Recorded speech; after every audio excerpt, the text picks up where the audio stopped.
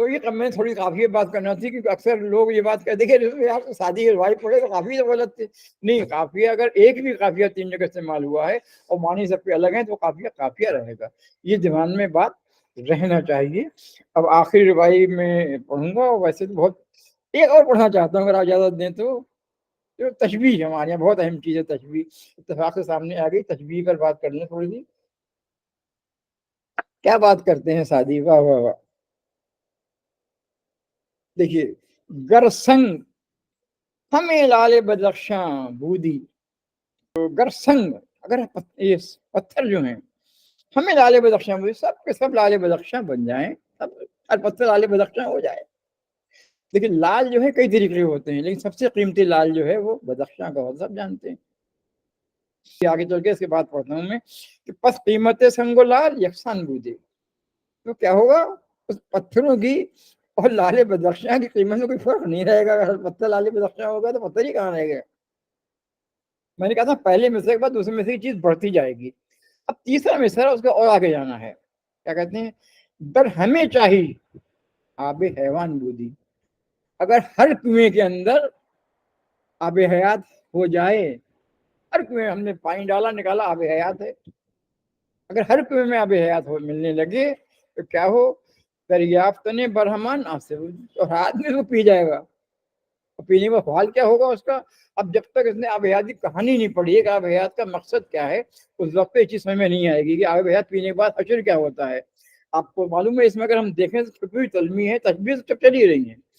چھپی ہوئی تلمی جو سکندر کے قصے سے کہ سکندر جب آب حیات پر پہنچ گیا اور چاہتا تھا کہ آب حیات پہ دیکھا ادھر کوا ہمارے پاس سسک رہا ہے، ادھر چیز سسک رہی ہے، ادھر اور جانور سسک رہے ہیں. کیا ہوا؟ آب حیات تو ہو گیا لیکن جس میں وہ طاقت تو 100 سال تک 200 سال اوپر نہیں جائے گی.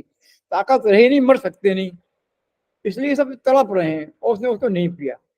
یعنی آب حیات کی جہاں ایک اچھائی ہے کہ وہ زندہ رکھتا ہے آدمی، برائی یہ ہے کہ زندہ رکھتا ہے لیکن وہ موت سے بدتر ہوتا ہے، قید خانے سے بدتر ہوتا ہے. تو دریافت نے پر ہمیں آسان. سکندر نے اتنے مشکلات جھیلی تھی آب حیات تک پہنچنے کے لیے، وہ آب حیات جو ہے ہر آدمی کو آسانی سے نصیب ہو جائے گا اور انجام کیا ہوگا؟ سب کی حالت جو ہے بد سے بدتر ہوتی چلی جائے گی. میں نے اس لیے پڑھی یہ روایت کہ مجھے یہ دکھانا تھا کہ شادی نے یہ جو خیال پیش کیا ہے کتنا زبردست ہے. شاید بہت مشکل کام ہے، یہ زندگی کا نچوڑ ہے ان کی، کیونکہ وہ گھومتے رہے ہیں، گھومتے ہوئے آخر میں جب وہ اپنے آتے ہیں تو خیر آپ تو جانتے ہیں آخر انہوں نے کہا کہ جب میں گیا تھا تو یہاں پر ایک ہنگامہ تھا، مار پیٹ چیخ پکار تھی، لیکن اب جب میں آیا ہوں کیوں باز آمدم کشور آسودہ دیدم. جب میں دوبارہ واپس آیا ہوں میں نے کیا کیا ہے؟ اپنے کشور کو، اپنے وطن کو جو ہے آسودہ دیدم، آسودہ دیکھا. پلنگا رہا کر ہوئے پلنگی، جو ظالم تھے انہوں نے ظالموں پر اپنا چھوڑ دیا ہے. ایسا ہوا کیسے؟ چنی شد دریا میں سلطان عادل عطابک ابو بکر بن ساز زنگی. تو یہ سب تماشے دیکھے تھے، ان تماشا دیکھنے کے بعد یہ دیا ہے کہ دریافت نے پر ہمیں آسان ہوئی. ہر آدمی آب حیات کو لی پھرے گا اور انجام کیا ہوگا؟ سب زندہ رہیں گے اور مرنے سے بدتر سب کی زندگی ہوگی، جو زندگی اچھی نہیں ہوتی ہے. اچھا، اس میں ایک چیز خوبصورتی کی چیز جو ہے، آپ دیکھیے ہم اردو زبان والے جب اس کو سنیں گے تو آپ دیکھیے کہ یہ شعر لگ تو رہا ہے فارسی کا، میں نے پڑھا ہے سعدی کا. سعدی اب سے کتنے سال پہلے ہوئے؟ 725، یعنی کم سے کم 700 سال پہلے، 715 سال پہلے تقریباً. اب وہ دیکھیے شعر، اب آپ اردو میں سنیے شعر کو، اردو میں سنا رہا ہوں. گر سنگ، سنگ اردو میں بھی پتھر کو کہتے ہیں. لال بدخشاں اردو میں استعمال ہوتا ہے. فقط ایک لفظ بودی ہے جو کم استعمال ہوتا ہے، حالانکہ ہمارے اس سے پہلے کے شاعر اردو میں استعمال کرتے تھے. بس قیمت سنگ و لال اردو کا لفظ ہے. بس سنگ و لال، سنگ اور لال یکساں بھی ہماری اردو میں ایسے استعمال ہوتا ہے. ہم یکسانگی بہت استعمال ہوتی ہے، یعنی اردو سے کتنا قریب ہے اس وقت کی اردو سے. اب دیکھیے حالانکہ اردو نہیں. گر در ہمیں چاہی آب حیوان بودی. چاہی چاہ ہماری اردو میں بھی کنویں کو کہتے ہیں. آب حیوان ہماری اردو میں بھی استعمال ہوتا ہے، سب شاعروں نے استعمال کیا ہے. اب ہم دریافت کرنے کے لیے اس میں آتا ہے، وہ فارسی کا پیور فارسی میں ہے اور اردو میں اس کا استعمال نہیں ہے. لیکن اس کے بعد آسان بودی، آسان ہماری اردو میں ہوتا ہے. آج فارسی میں آسان استعمال کم ہوتا ہے.